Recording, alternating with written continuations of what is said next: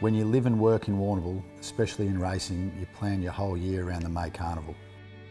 Gold Medals has always been a favourite around the stable, and for him to deliver the performances he did was not only a highlight for me as a trainer, but for the staff who work so hard and care for the horses. The journey to winning my first Grand Annual started with my parents. If they hadn't come out here from England for work, well, there wouldn't be a story at all.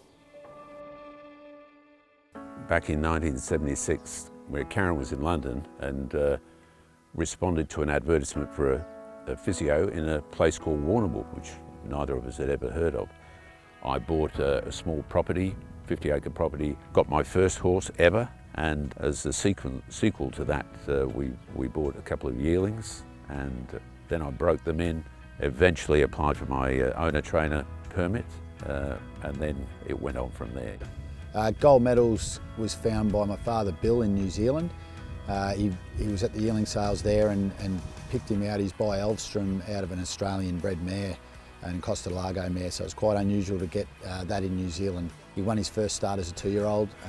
You know, he was always a really good horse to work with, lovely and quiet.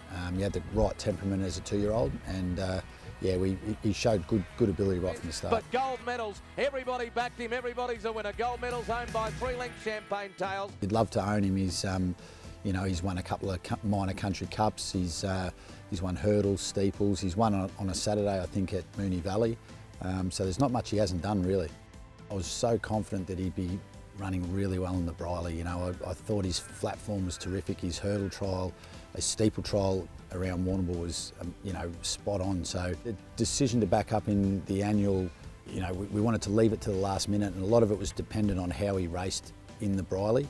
Obviously beating ZM, who was the Grand Annual favourite, was always going to be a big pointer as to, you know, we need to probably run. He wasn't re-handicapped. He came in off a really good handicap.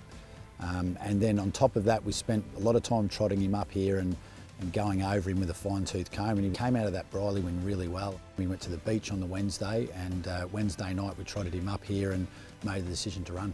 It was an unfortunate set of circumstances because Shane would have had to have run the risk of not having a ride in the race had, you know, Gold Medals either not performed in the Briley or not pulled up well.